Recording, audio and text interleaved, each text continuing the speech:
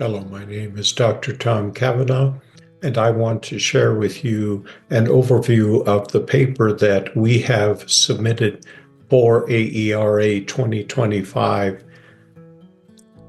This paper is titled Strengthening Relationships to Respond to Challenging Behaviors of Culturally Diverse Children in Schools in New Zealand and the United States.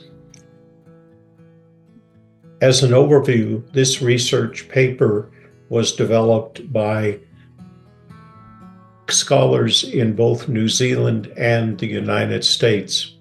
We want to remember particularly our colleague and Kaumatua, Angus McFarland, who is a co-author of this paper. Angus passed away earlier this year and was an integral part of the paper that we are sharing with you. This paper really is groundbreaking in that it builds on the theory that Angus developed, Te Awawhiria, which is about braiding rivers. The idea is that we can braid Western ways of thinking and indigenous methodologies in order to create a culture of care in schools that helps our children of color and indigenous children to flourish in schools in the same way that our white children already flourish in schools because of the dominance of our Eurocentric ways of thinking in schools, particularly involving the interventions that we see in schools. Some of the key concepts are the culture of care, which is an intervention that is based on socio-cultural theory and focuses on the idea of relationships. That's the primary key to the work, that rather than rules and punishment, schools should be oriented towards building and maintaining relationships. This intervention is called Huakina in New Zealand, and in the United States, we call it culture of care in schools. So the opposite of socio-cultural theory and the Eurocentric basis is applied behavior analysis. And that is the theoretical basis for many of the interventions currently in schools in the United States. We use the research methodology of thinking with theory in order to look at how we might braid together these two ways of approaching an intervention, that is the Eurocentric ABA and socio-cultural theory, under the umbrella of a culture of care.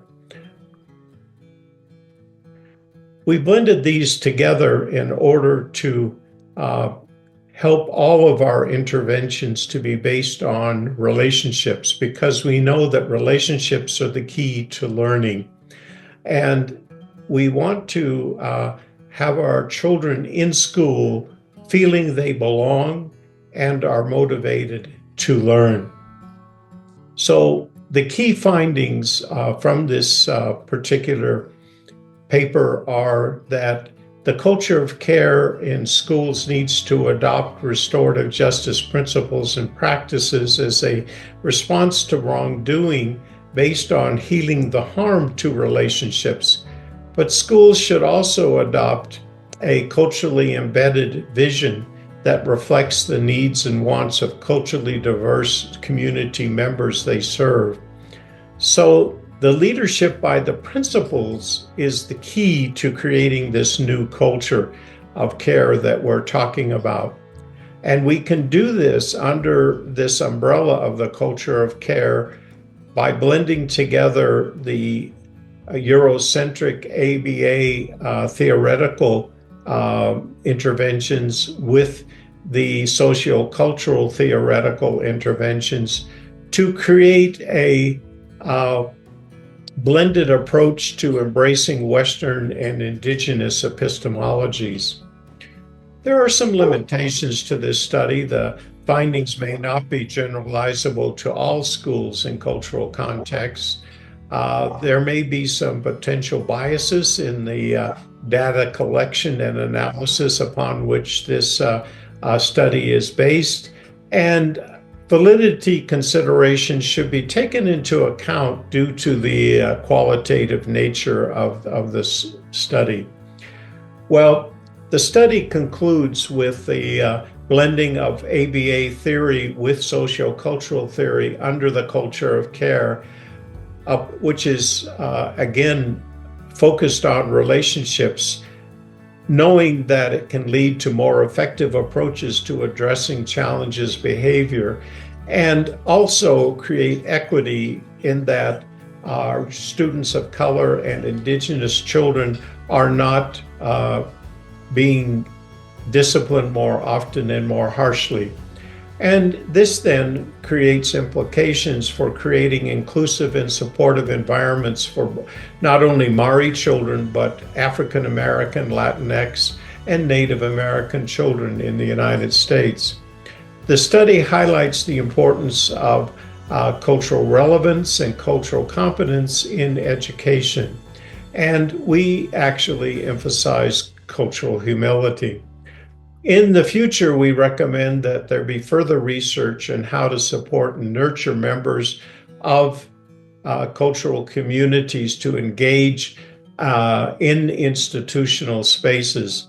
And future studies should explore the implementation of a culture of care and restorative practices in different cultural contexts. And there is a need for more research on the long-term effects of this work.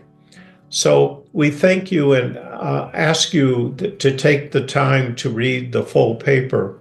Again, we appreciate your support for this work. You can learn more about our work on the website restorative justice.com.